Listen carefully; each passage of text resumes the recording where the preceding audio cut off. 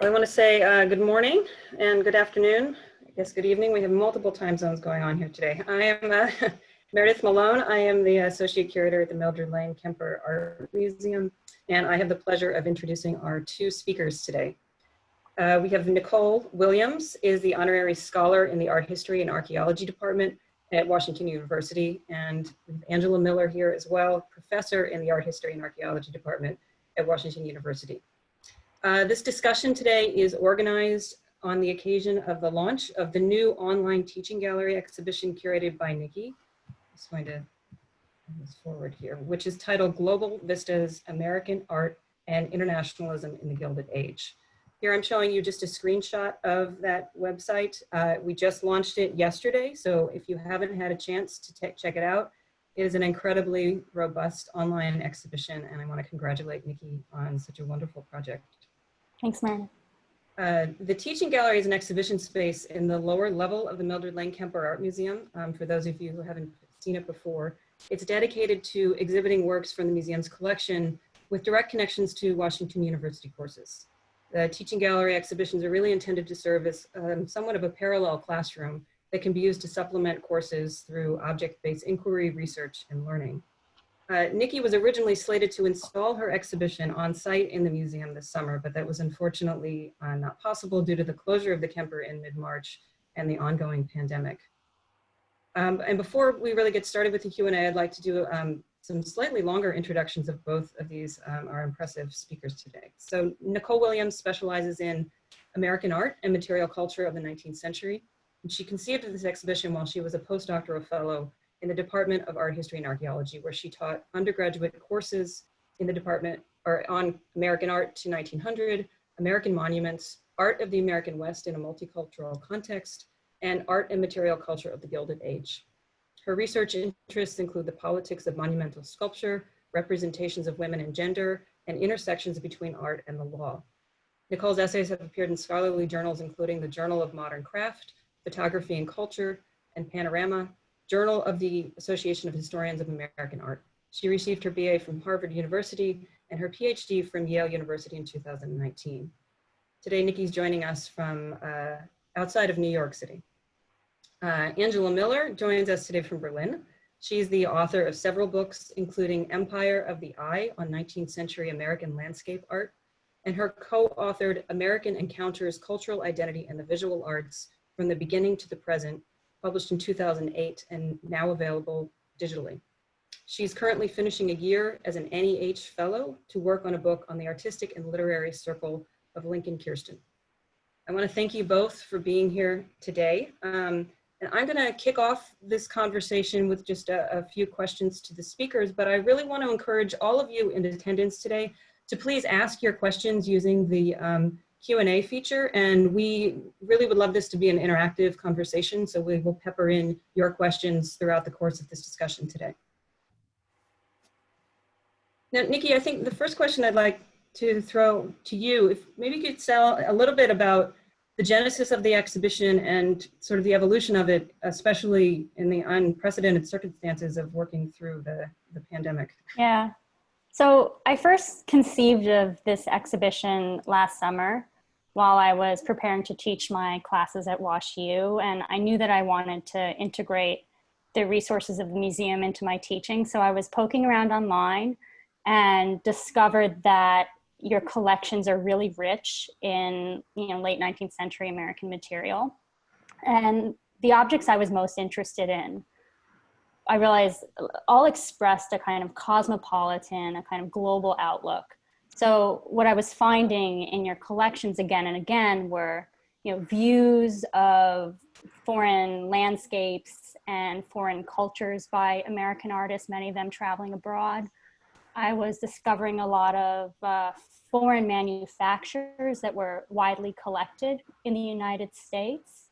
And I was finding works of American art, paintings, prints, drawings that were heavily influenced by global aesthetics. And then kind of looking at this body of material closer, I realized that these objects kind of tended to cluster around a few key sites in the Gilded Age imagination. And these are places all around the world that were becoming increasingly important to Americans for, you know, political reasons or commercial reasons or spiritual and emotional reasons. And those sites were Venice, Japan, the Holy Land, meaning the lands of the Bible, medieval England, and Panama. So I decided to structure the exhibition around those 5 key sites. And I think that in today's talk, we'll mostly structure our discussion around those sites as well. And I should mention also that, you know, Meredith, you mentioned that the exhibition had to move to a virtual format. We were planning to mount the show in the physical gallery space, and I'm really sorry that we can't bring you all into physical contact with these objects, but I think that this virtual format has a few really wonderful advantages. So first of all, I'm really hoping that this show reaches more people as a result of the move to the virtual format. I'm hoping that it'll continue to serve as a resource for students and faculty, and that it'll have a longer life online than it would have had in the gallery space. And this move to the virtual format also gave us more flexibility to include more objects than we could have ever crammed into the gallery space in the museum. So a lot of the objects in this exhibit actually don't come from the collections of the Kemper Museum. Those collections are supplemented by objects that I found, particularly photographs, in the Department of Special Collections and the University Archives, which is housed over at Olin Library, particularly the Russell Sturgis photograph collection. So I'll just say briefly, you know, Russell Sturgis was a late 19th century architect.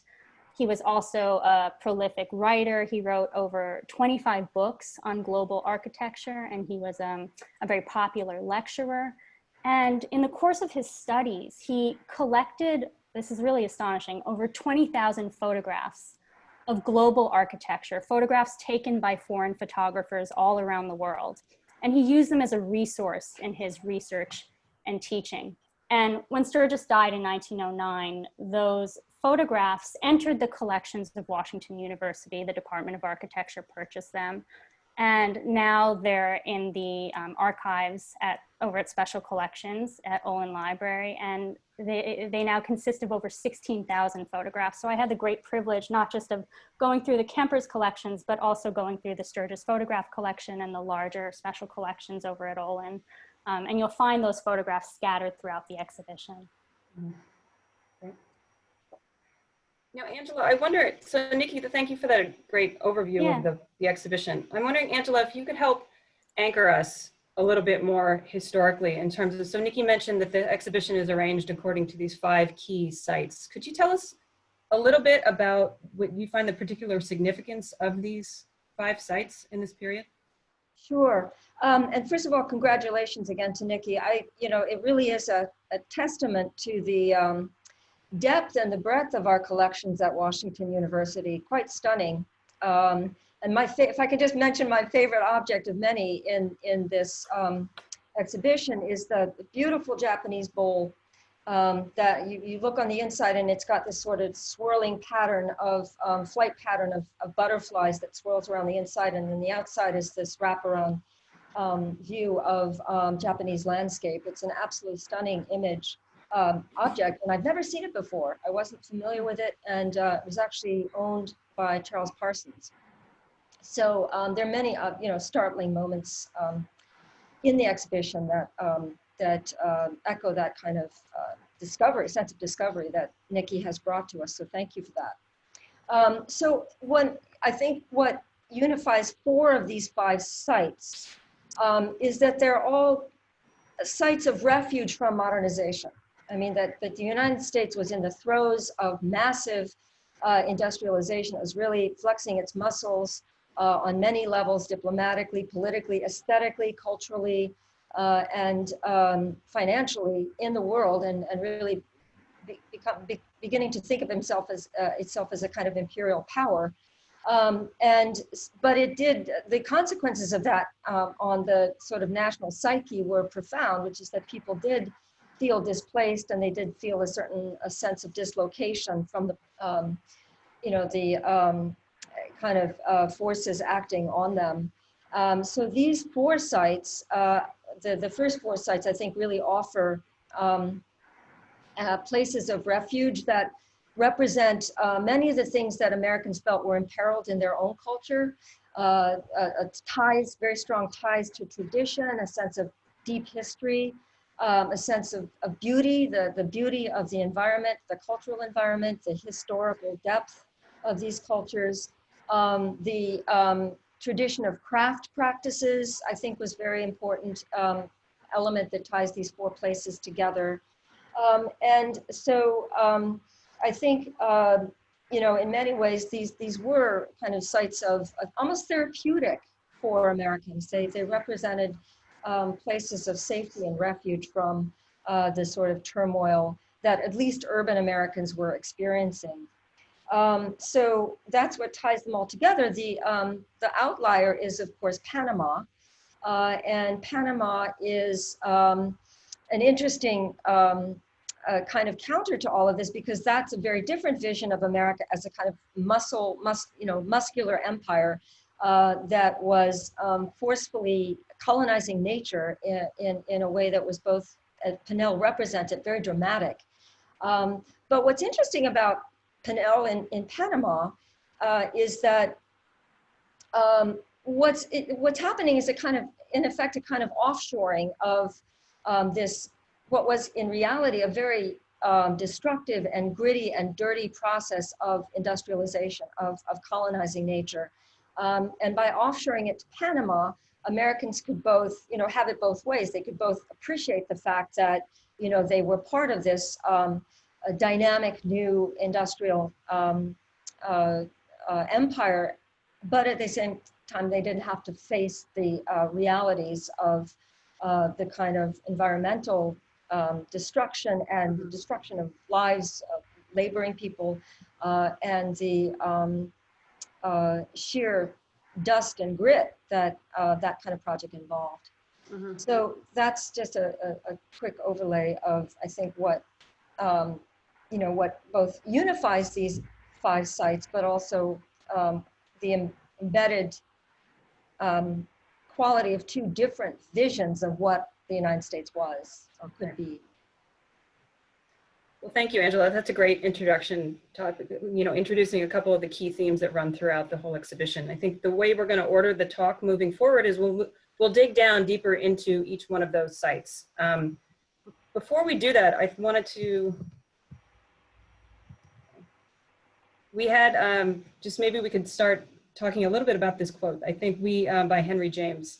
When we were preparing for this talk, the three of us, this quote came up from Henry James that both Angela and Nikki have referred to in their respective writing on American cosmopolitanism in the late 19th century. And it does touch on certainly, you know, this era of colonialization. And when I first read it, the statement struck me as incredibly colonialist in his tone. And, you know, this does bring up issues of cultural appropriation versus cultural exchange, something I know that we'll talk about through today. I wonder if both of you can put this quote in context for me, because it's not as straightforward as maybe I had thought. Well, maybe let's read it first. So okay. James, this is Henry James in a letter to his friend Thomas Sargent Perry in 1867. At this point, he's a very young author. He hasn't yet published any of his great novels. I think he's about 25 years old. And he says to his friend, "We can deal freely with forms of civilization not our own, can pick and choose and assimilate and, in short, aesthetically, etc., claim our property wherever we find it." So I think, Meredith, you're right. He's kind of, you know, reveling in Americans' ability to acquire culture and knowledge from all around the world. And you can read that as a kind of, in terms of a kind of imperialist, acquisitive impulse. And, you know, James is talking about writers and artists here. He's talking about aesthetics. So he's talking, he's wanting American artists and writers to enlarge their view, take a larger, broader view on the world. But as the century wore on, you know, more and more Americans were thinking that they had the right not just to claim the styles of other cultures, the aesthetics of other cultures, but also, you know, the goods the raw materials, the labor.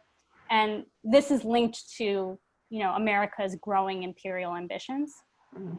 I would also probably qualify that by saying, you know, James isn't just reveling in this idea that Americans can acquire other cultures. He's also regretting that Americans kind of lack an authentic culture of their own. So James felt really stifled by the American domestic scene. He felt like his compatriots were really provincial in their outlook. So this is really, as much as it is a kind of celebration of acquiring other cultures, it's also a kind of like a desperate clarion call to Americans to kind of break out of their provincialism. And James also, I mentioned he was really young. So he, you know, he wrote this letter before he moved to Europe. He would move to Europe just a couple of years later, and he would stay there for 30 some years and only return to the United States like twice in that time. So he felt trapped. He felt very much constrained. So I think, you know, there's something optimistic and congratulatory and triumphant about this statement, but it's also coming from a deep sense of kind of cultural inadequacy. As an American, Americans, you know, he thought that Americans lacked culture, they lacked deep history, they lacked what he called a national stamp. Yeah, that's just to reiterate that sense of, you know, what I thought was one of the key themes that I got out of the exhibition was this deep sense of ambivalence, you know, as that Nikki is articulating, that, you know, on the one hand, there's this sense of American exceptionalism, that this is the first republic in history, modern history. It is at the forefront of history. It is marching bravely into the future. At the same time that there's always this sense of cultural inadequacy, as you say, or belatedness, that we just came on the scene too late to have a fully developed culture of our own. So there's always that kind of duality of pride, you know, truculent pride often, you know, a defensive pride in the face of European accusations that were long-standing about how inadequate American culture was. So James, you know, basically turning that into a positive, you know, we have access to the cultural resources of the world because of where we stand. There was one question. Oh, go ahead, Nicole. I'm sorry. No, we can do the audience question if there's a question. Well, it was a quick question about why Venice versus Rome. I wonder if you can speak to that, and maybe about, you know, and about how siloed maybe these 5 categories are or are not. Maybe if you could talk about the. Yeah, sure. So I want to admit that these categories, these 5 categories, are actually really porous ones. You know, a lot of the objects in this exhibition intersect with other cultures and other kind of places around the world. And I think we'll be talking about the history of Rome and Rome in the American imagination as we discuss these chosen sites. Maybe, Meredith, could we flip forward to Charles Dyer's Venice? Yeah, so, you know, so that's to say, you know, I want to use this, maybe use this as an example. So here we have a scene of the horizon of the city of Venice. We're looking at the Church of Il Redentore, which is on the island of Giudecca. So it's very clearly a Venetian scene. But this is also a truly global object. So if you think about the format of this object, it's, you know, a really vertical picture, which is coming out of actually Japanese aesthetics and the Charles Gifford Dyer's study of Japanese prints, which often took a very vertical format. His painting style, if you look at the kind of flickering brushstrokes, particularly in the water, it looks kind of impressionist. You know, Dyer was studying in Paris and picking up the tools of the impressionists when he was there.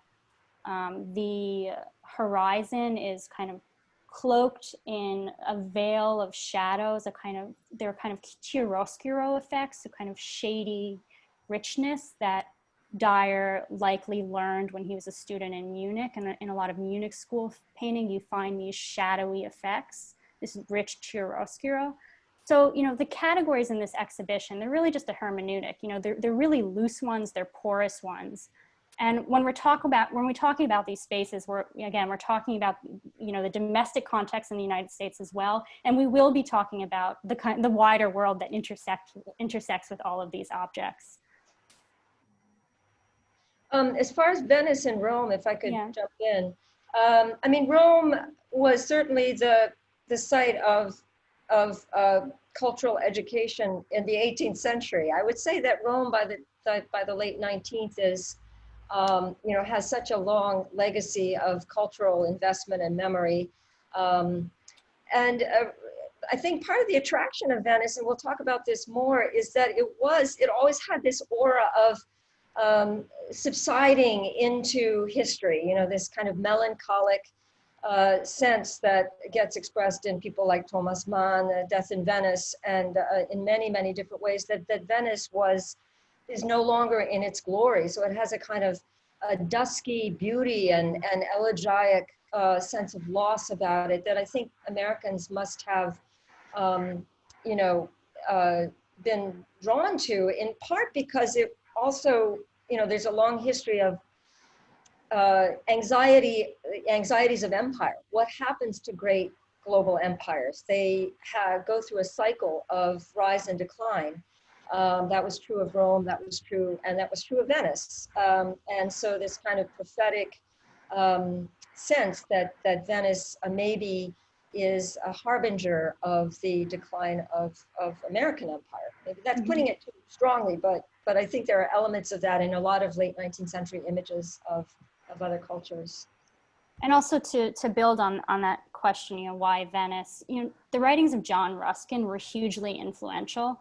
Ruskin wrote The Stones of Venice in the 1850s, which is this celebration of Venetian art and architecture as highly individualistic, as imaginative, as finely wrought. So he was really interested in kind of recuperating Venice as a kind of place of pre-industrial craftsmanship and artistic refinement. And his writings really influenced Americans to travel abroad, to go to Venice, to study Gothic architecture. And, again, this intersects with, the medieval England section of this exhibition. And to find in Venice, as Angela said before, that kind of haven from modern industrial forces. Ruskin viewed Venice as kind of crystallized in the pre-industrial past. Mm-hmm. So in the late 19th century, when America is rapidly industrializing, Venice emerges as a more attractive destination because it's been frozen in time. Right, like Angela had said, this site of refuge, right? Right. Mm-hmm. There is another question about, can you say a little bit about how you define global versus international in the late 19th century? Well, good question. Yeah. I don't know that I had thought about that distinction. Well,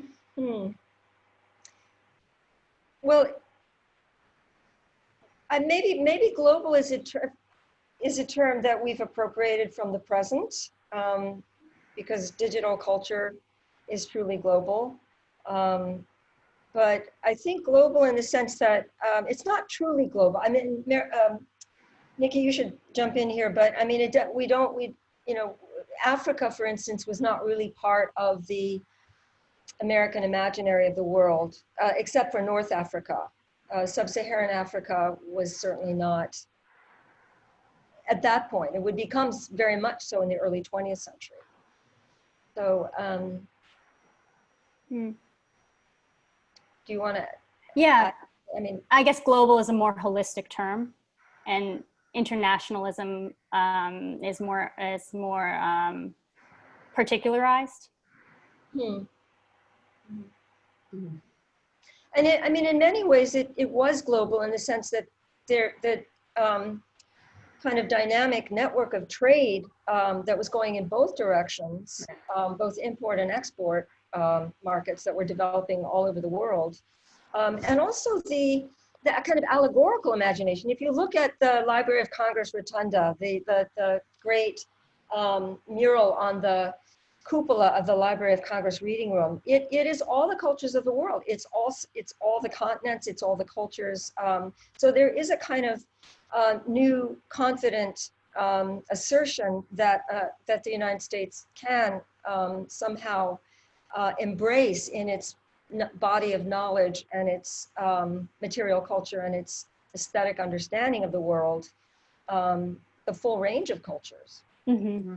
And in that mural that Angela is referencing, there's an allegorical embodiment of America. If you imagine the mural as like a kind of circular clock, and the embodiment of America is at 12 o'clock. So it's at the apogee of world cultures. And Americans are imagining themselves kind of inheriting, again, you know, all of the culture and the wisdom and the learning and the science and the technology of the globe. And imagining themselves as the pinnacle of world cultures. Right. Well, Nikki, I wonder if we can go, I know several people participating did want to hear more about the Gifford image that you use. I wonder if we could talk about this image in terms of what you were just talking about, and too, how is this work actually speaking to, you know, America's position this time, or how are they using this type of depiction? Sure. The Gifford you've used very prominently as the banner, you know, for on the website as well. So if you could say a little bit about why this image is so important to the show. Yeah, well, first of all, it's a stunning image, so I really wanted to feature it for that reason. But also, you know, it's a long view towards Venice. This is a true vista. This is a long view towards the city, which is miniaturized on the horizon. It's also a long view in the sense that this is a panoramic canvas.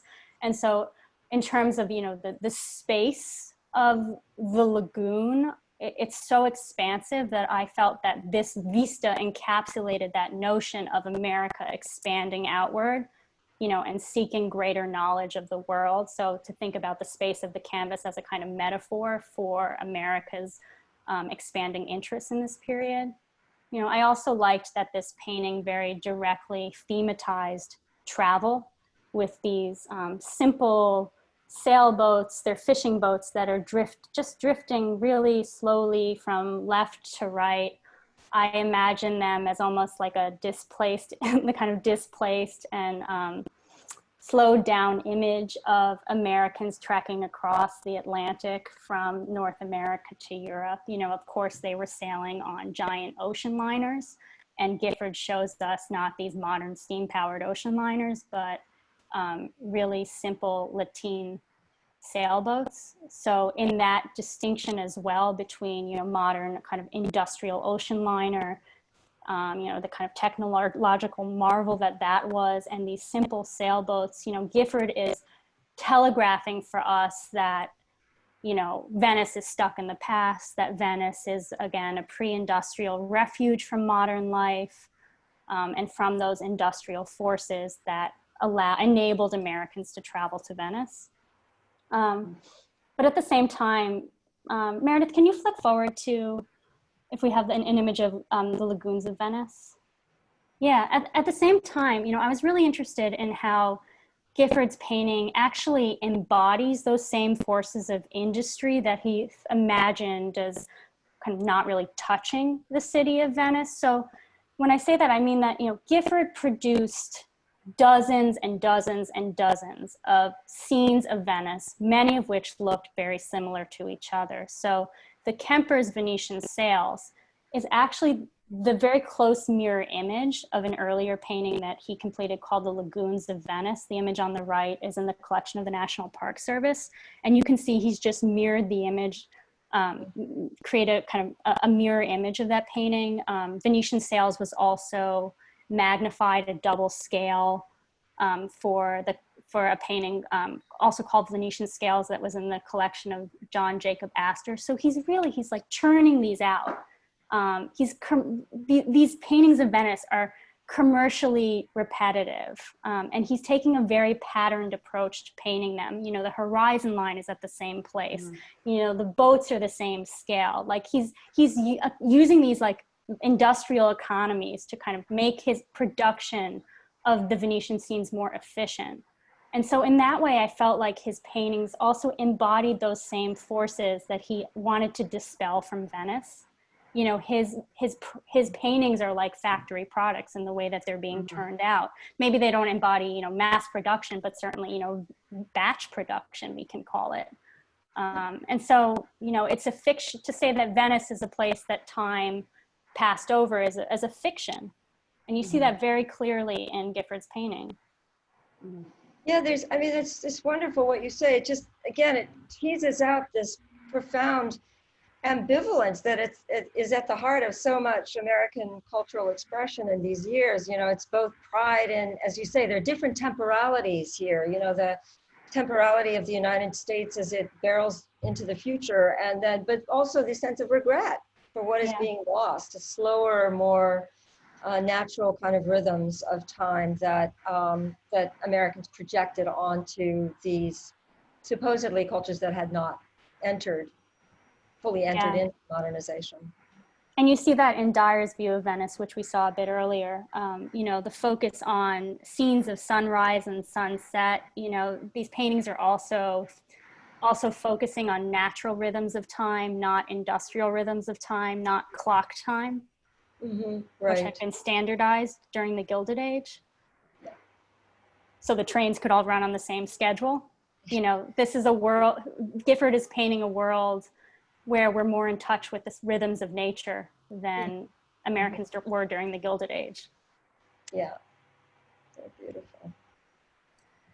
And Nikki, you put a lot of other types of visual and material culture throughout this exhibition. So and I wonder if you could say, maybe Angela, just in this section and throughout all the sections we already mentioned, there are, you know, ceramics, there's also a lot of photography. I wonder if you could say a little bit about the importance of photography. It's still a relatively new technology at this time, and how it really does play an important role in this exhibition and the narrative that Nikki's trying to tell.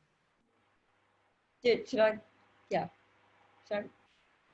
I just prompted it to one image of one of the photographs from the Sturgis collection here, but if we can move to whatever you'd like to talk about. Well, one of the ironies that I thought about in this exhibition is that, again, they're images of a pre-industrial past, but they're made with modern technologies, and they're also disseminated and circulated internationally through very modernizing networks. So there's, again, this sort of built-in paradox of these images that wistfully harken back to a time when life was much simpler, and yet at the same time were created by technologies that are responsible for sort of accelerating the very pace of modern life and the proliferation of images. So, I mean, photography was, you know, as Oliver Wendell Holmes famously put it, you know, allowed Americans to sit in their living rooms and be armchair travelers, and to essentially, the world was at their reach through the device of the stereoscope and through photographic albums. That suddenly, for the first time, really since the invention of photography, you have this vast expansion of visual knowledge and access to the world that was, not that it didn't exist before, of course it did, but it was the scale and the proliferation of images and the popularization now available to middle class, you know, consumers for the first time. So. Yeah, and I mean, you know, Brusa and Carlo Ponti, the names you say here, they were primarily, you know, serving a market, the souvenir market in Venice, so American travelers in Venice, but these photographs were also available domestically. You know, photographs of European art and architecture, of global architecture, were available also in, you know, major cities in the United States, like New York, where Sturgis probably acquired a lot of them from local art and book dealers who would sell photographs to general, you know, of general interest to, you know, the middle class, upper class public, but also, you know, photographs of special scholarly interest, you know, architects and artists and art historians. So, you know, you didn't have to go to Venice to get a photograph like this, to get a hand-colored photograph of Venice. These were widely available in the United States. And maybe just to, I really love this this image.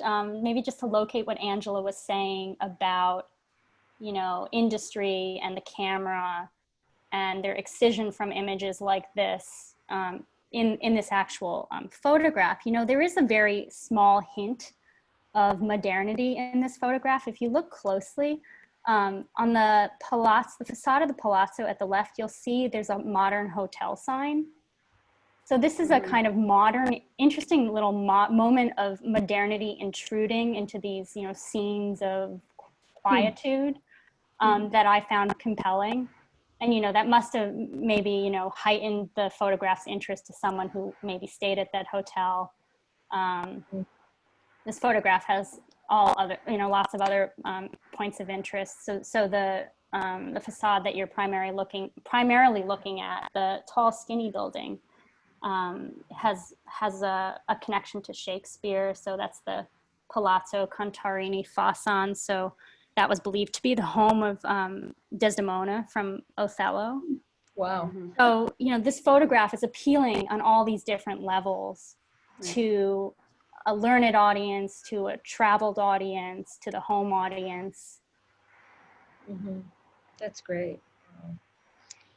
There is another question. Oh, go ahead, Angela. I didn't mean to cut you off. No, go ahead. Go ahead. Well, there was a question. So this photograph and a lot of the photographs in the exhibition come from this Russell Sturgis photograph collection. A lot of some other works come from another important collection to the Kemper, to the Charles Parsons gift. In 1905, Charles Parsons was another St. Louis collector who gave a large group of his collection to the university.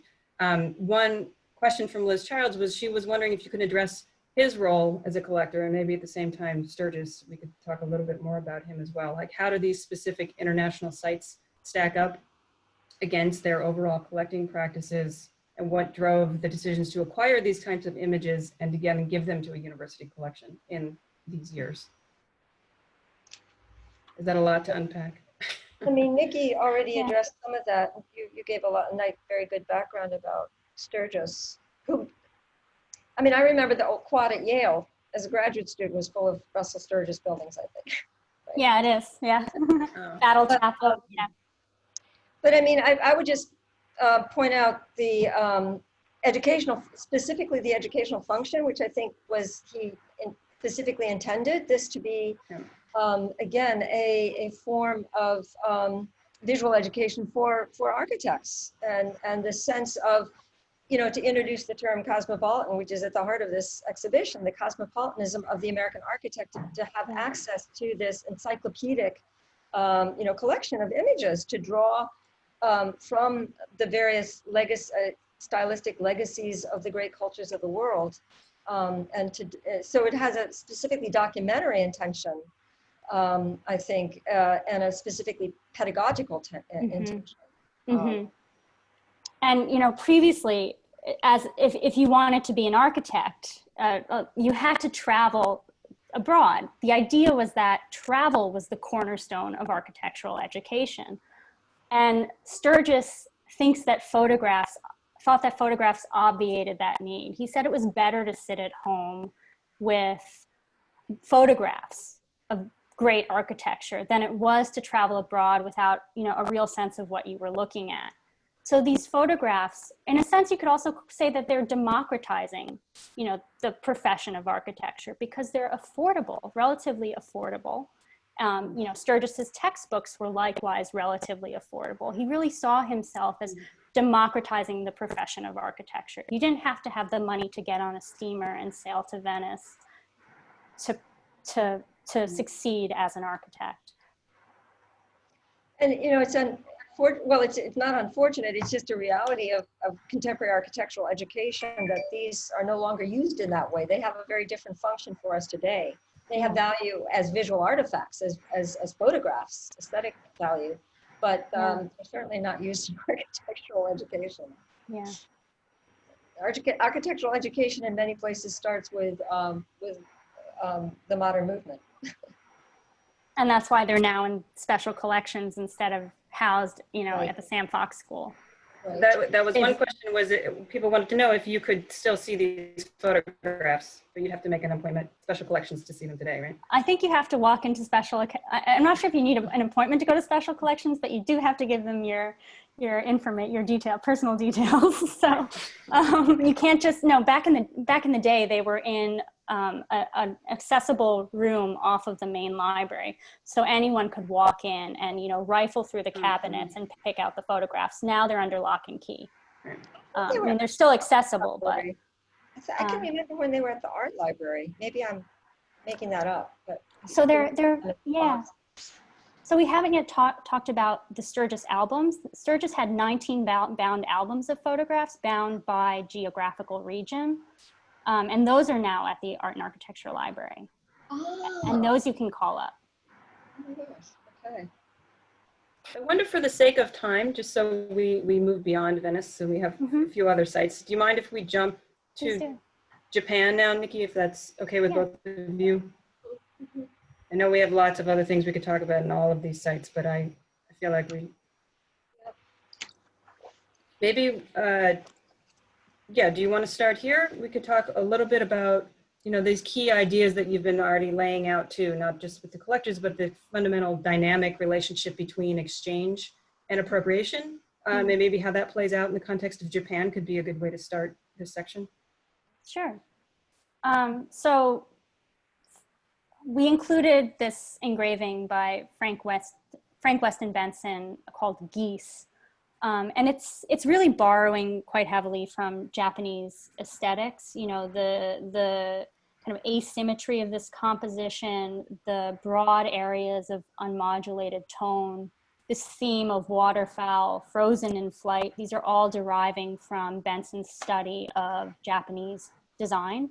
And you see that, you see a very similar pattern of flying cranes adorning this box in the collection of the Kemper Art Museum, which was from the collection of Charles Parsons. So you see here Benson, Benson didn't see this particular box.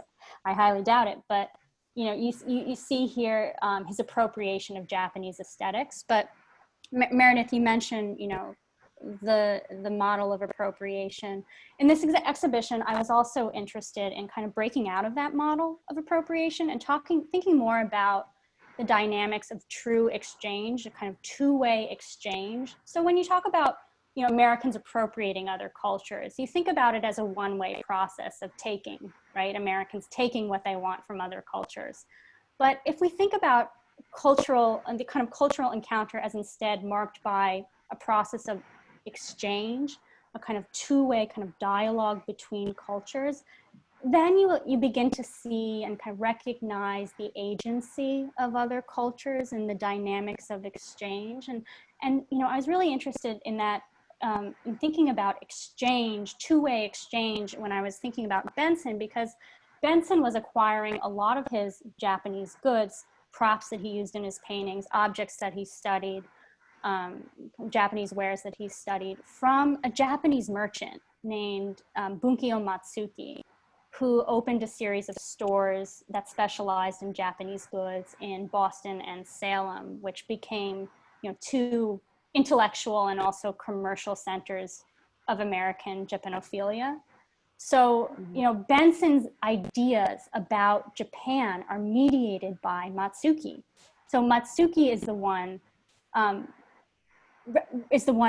importing Japanese goods in large numbers and structuring Americans' vision of Japan. So I wanted to give, Benson his due, but also recognize figures like Matsuki, the foreign artists and the foreign merchants and the foreign agents who were constructing their own cultures for Americans' consumption. And so I tried to do that throughout this exhibition, is, take these moments of appropriation and think about them instead in terms of a more dynamic process of exchange between cultures. Yeah, I would absolutely. That is such an important thing to keep in mind. I think, particularly given the highly politicized environment of these issues today, in the contemporary moment, where cultural appropriation is a charge that's leveled constantly against and is indeed rooted in inequalities of power between cultures. And that was certainly true in the late 19th century, but I think what that doesn't take into account, as Nikki is saying, is that cultures always have their own voice, except in in extreme situations of occupation or enslavement. And even then, there's, we know there's a whole history of enslaved people having agency and taking action. So the idea that these cultures wouldn't be turning this colonizing exchange to their own ends and to reinforce their own cultural identities, I think is wrong. And they're very much, in a very canny and smart way, learning how to take this conversation or this market exchange that they're having with the United States and turn it to their own ends. I mean, Japan was in the, was itself during the Meiji Restoration undergoing rapid modernization. That's something that, but Japanese image producers knew that that's not what American audiences wanted to see. Yeah. So they shaped their vision, again, in a very knowing fashion to meet the tastes of US consumers in many cases. Yeah. Meredith, on that point, could you flip to Kusukabe Kimbe's photographs if we have them? Yeah, so Kusukabe Kimbe was one of the most successful commercial photographers in Japan. His studio was in Yokohama. And you can see from these photographs that he produced primarily for the American market, for the American European market, for the Western gaze, that he's constructing an image of Japan as, as a kind of traditional floating world, traditional Japan, opposed to, the realities of Meiji Japan. And this period, Japan was rapidly modernizing and industrializing.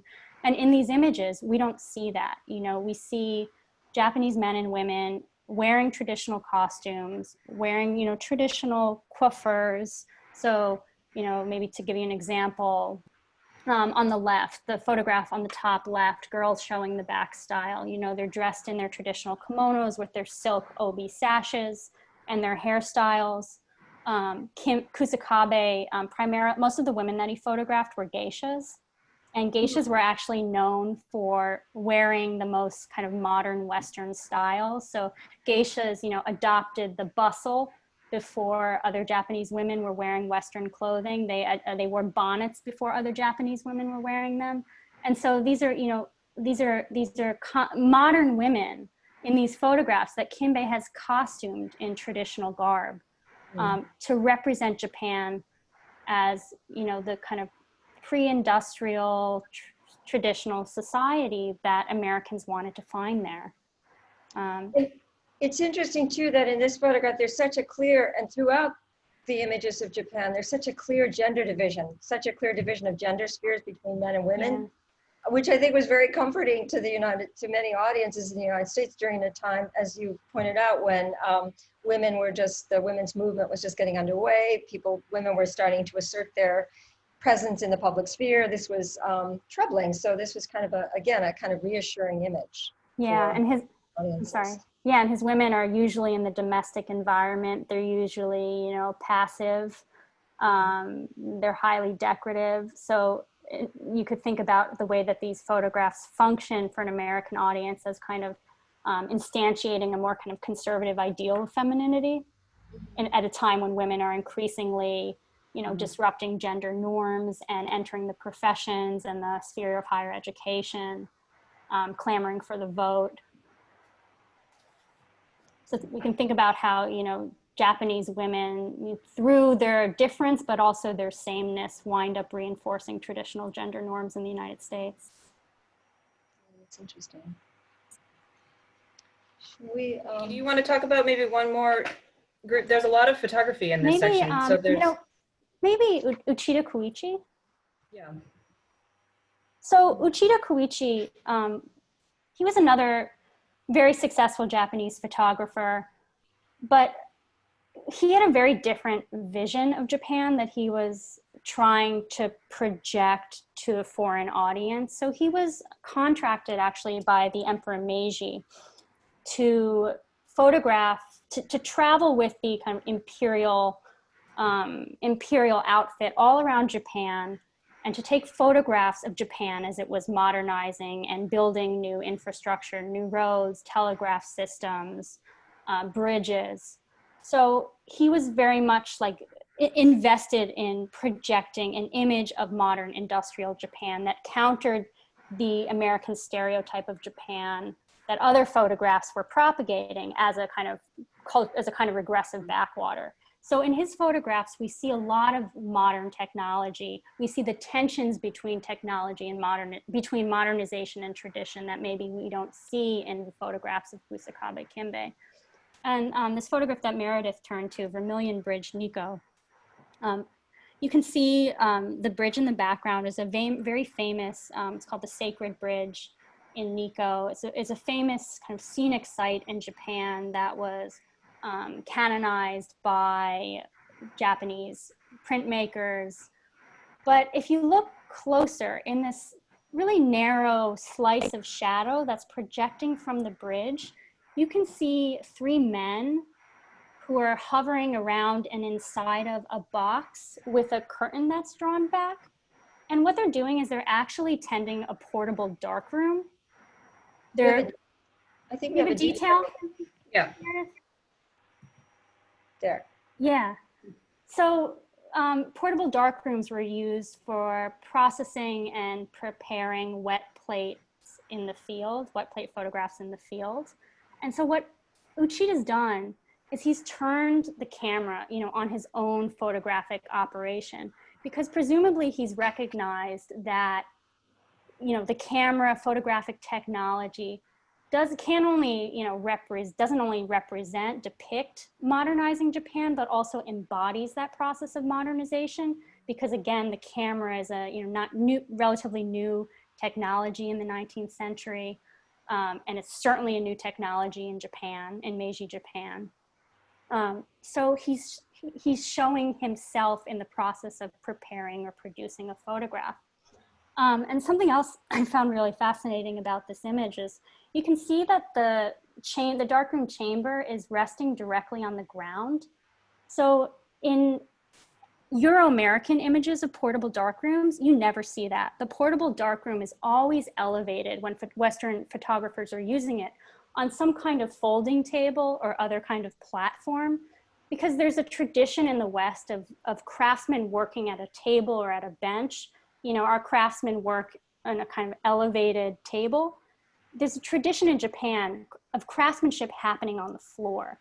So so you can see it in this print of artisans at work producing Japanese prints. Japanese printmakers, Japanese ceramicists, they always work on the floor. And so Meredith, if you could flip back to that image of Uchida's, what we see here is Uchida adapting Western camera technology towards the local Japanese tradition of floor work. He's taken this apparatus that traditionally rests on an elevated platform, and he's placed it on the ground because he and his team are more comfortable working on the floor. So I just found that a really fascinating fusion of East and West.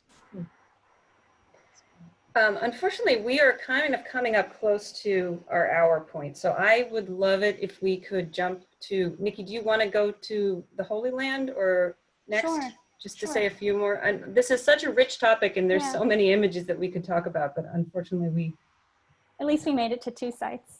Well, we'll make it to one more. We will. Sorry for the quick flipping. Oh. So maybe, let's talk a little bit about the Holy Land. Photography and tourism, like we were just talking about, play a key role in this section as well. Yeah, so, I was really interested in this photograph of the tomb of Lazarus, which is actually by American photographer born in Chicago, but he attended WashU. He's a WashU graduate. And he traveled to the Holy Land in the 1890s to take photographs for a book called Earthly Footsteps of the Man of Galilee. And those images are all depicting sites that were important in the life of Christ. So I was interested, you know, this is a book that's meant to, a body of photographs that's meant to really kind of shore up traditional religion at a time when there's increasing religious doubt. You know, in the late 19th century, this is post-Darwin, you know, recent scientific developments, you know, especially Darwinian biology, were challenging the grounds for belief. And what you find in the late 19th century is among American photographers in the Holy Land in particular is an attempt to kind of reinforce traditional religion by using the camera to take photographs of holy sites as if the camera, the truth value of the camera could provide evidence for the truth value of religion. Mm-hmm. Yeah, it's not only science, it's also the new biblical scholarship, I think, is a big influence here, which has its origins in the mid-19th century. This desire to integrate, you know, to give a place and a geography and a landscape to the narratives of the Bible, to sort of map the present onto the past, to show how, to give a kind of anchor to, as you point out, this waning or this beleaguered sense of Protestant belief, which was under fire from so many quarters. And this is it's just such a rich image. You know, it's a kind of genre image, isn't it? Very staged, highly staged, but gives you a kind of cross-section of the contemporary cultures in that part of the world, in Palestine. Oh, sorry. Yeah. And it is the image. Can we flick back to Bain for a second? You know, the image is highly staged, but the text of Earthly Footsteps talks about it as if it were totally spontaneous. And there are other, you know, the photograph also has this prominent crack line running through it that hasn't been touched up or kind of touched away by the photographer. So, you know, Bain is trying to emphasize here that there's been no mediation. You know, the plate has cracked and he hasn't touched it. You never see Holy Land photographs, very rarely see them touched up or even tinted. And you know, the emphasis on spontaneity is a similar, you know, attempt to claim your contact with the Holy Land has been unmediated. And again, I think it's, you know, propping up this idea that, you know, Bain is encountering religious truth. He's not constructing it himself. And the indexical nature of photography is so important to do that. Yeah. The photography doesn't lie, as people thought. Yeah. Of course it does. It does lie, as we know. Yeah. Yeah. Well, maybe we can talk, do you want to say a few words about the stereo cards? I love that throughout the exhibition, you really have included like the rich variety of materials and media here too. This is a whole box of stereo cards under the title of Palestine, right? Yeah. Yeah, so I mean, maybe explain what a stereo card is, maybe for those who don't know to how this worked. Sure, you see a stereo card at the lower right. A stereo card was a card with two images that were taken at very slightly different viewpoints, slightly different angles that replicated the distance between your eyes, so that when you put a card like this inside of a stereoscope, which is a kind of viewfinder, and held it up to your face, these two images would merge into one image seen in depth. So it created the illusion of three-dimensional space and the illusion that you were, you know, traveling to the Holy Land yourself, that you could step foot in the Holy Land. So it allowed for a kind of armchair travel that had, you know, educational value and also entertainment value. So you see the specific set you can see the inscription on the underside. It was gifted to a little girl in Iowa for perfect attendance at Sunday school. So these photographic sets were collected in middle-class homes. They were collected and used in classrooms in Sunday schools, you know, for religious instruction. That's just to me, such a stunning example of this new kind of movement beyond provincialism, that you could have someone in Iowa, you know, in the center of the country, getting a gift like this that somehow just blew open her understanding of the world. Yeah. Well, unfortunately, we are coming up to the end of our time. So Nikki and Angela, I'd love it if there's one more image, and we would like to offer the audience a chance to ask a few more questions. If let me see Sure. if we have. Angela, do you have any preference? Culebra cut. Okay, let's go to Panama.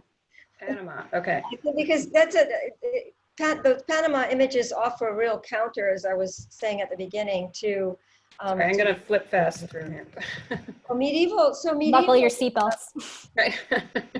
Medieval England, if I could just quickly say that it's a kind of ancestral homeland for white Protestant Northern European Americans. You know, it was a place with which they could to which they could trace their own ancestry at a time when Americans were increasingly attentive to genealogy and to ancestral roots and to the idea of trying to, you know, anchor their culture in a deeper history. So that, I thought that was we're just showing clearly that is apparent in Washington University's campus. Right. Yeah. As you see from this view. That's great. That's a great view. Okay, but to Panama. Mm-hmm.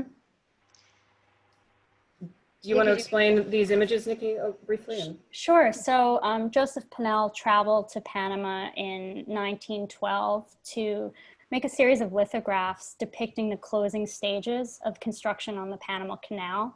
And the Kemper has 4 of these images that we've included in the exhibit. The one you see here, End of the Day at Gatun Locks, depicts workmen rising from the pit at the end of the day. You know, it's their dinner hour. And the image, to my mind, you know, maybe to revisit this theme of declining religion, we just jumped from the Holy Land. You know, there's a kind of quasi religious tone to an image like this. The figures are ascending into the heavens. It reminded me of imagery of the transfiguration of Christ. So I think what Pennell is doing is he's kind of sacralizing industry. You know, he's viewing industry as a kind of new god in the late 19th, early 20th century.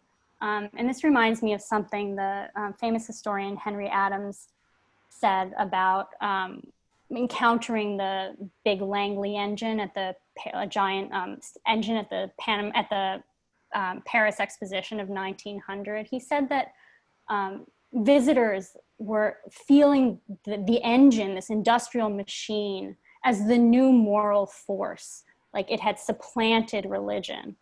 You know, his famous essay is on what he calls the dynamo and the virgin. So there's this idea that industry is if spirituality is in decline, industry is ascendant. Which he lamented. which Henry Adams lamented, but Pennell seems to be celebrating quite clearly.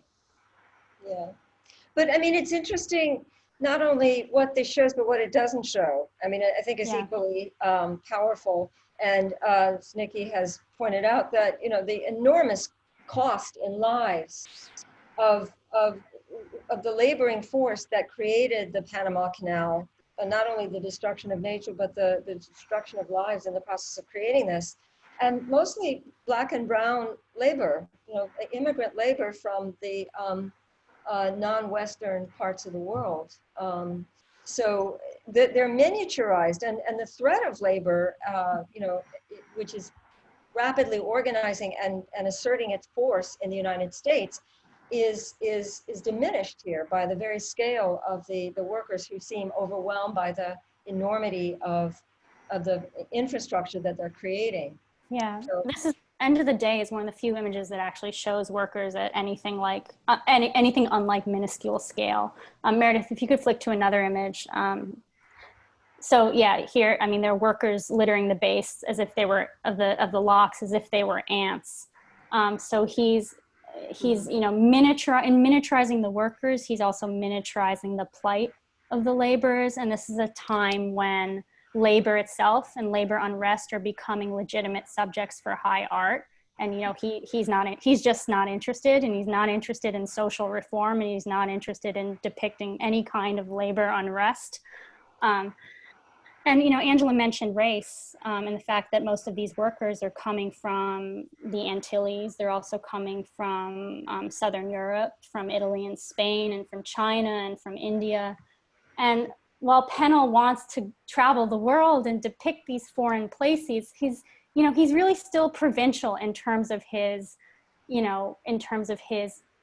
ability to see people of other cultures and other races. You know, I think you see in this miniaturization of the people of color in these exhibits, in these pictures, his unease with the increasing diversity of, you know, this new interconnected world.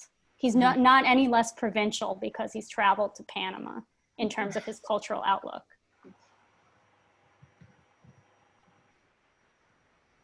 Well, I think we are, if there are any questions from the audience at this point, unfortunately we have gone over our time. I would love to stay here for another hour and talk about the other sections of the exhibition, but I don't see any new questions coming in. Two raised. I see two, yeah. Oh, you do. 2 hands have been raised, but I don't see a question. Oh. Maybe the, well, there was one question going back to the stereo car. How common was it to own a stereoscope, Nikki? Do you know? Was this very common. Uh-huh. Hundreds of thousands of sets of the Palestine, Underwood and Underwood, Palestine and Holy Land series alone were sold. So it was a very common middle class form. And then there was one last question from Nina Kaplan about the Panel. She's asking, isn't he privileging architecture here? You're talking about, you know, the human body, but clearly the industrial form here is being privileged. Oh yeah. He's definitely privileging the industrial might as symbolized by the architecture over the workers. I'm just quickly noting a couple of the comments. We should, of course, recall the 1904 World's Fair, where this is all on view in terms of the cultures of the world. And Professor Wallace noting that a lot of the photographs were hand tinted, which inserts a kind of craft hand practice into this in mechanical form. Yeah. And there was oh, go ahead, Nikki. Oh, I was just going to say, you know, there are different levels and qualities of hand tinting. So if we go back to Japan, if we can do that, you'll see that the colors are really translucent and naturalistic. They have a beautiful stained glass-like translucency. And the Japanese were using water-soluble colors, and they were also, the Japanese craftsmen who were coloring the photographs were also mostly skilled artisans trained in coloring Japanese prints.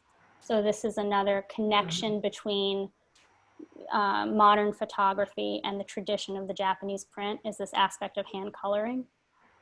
If you go to Venice in the Venetian scenes, if we can do that quickly, you'll notice that the colors are a lot more opaque and almost phantasmagoric. They're using oil-based pigments instead, which don't give you that same level of translucent kind of luminosity. So these look a lot chalkier.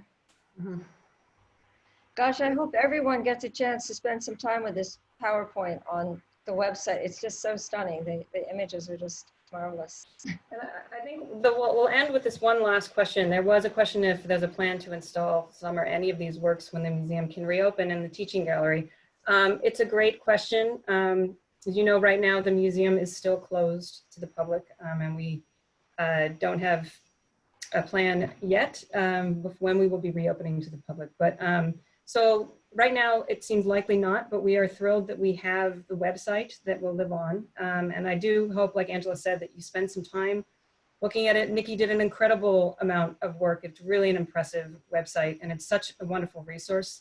And again, I want to congratulate you and thank you, Angela, for your terrific comments and for being a wonderful participant today.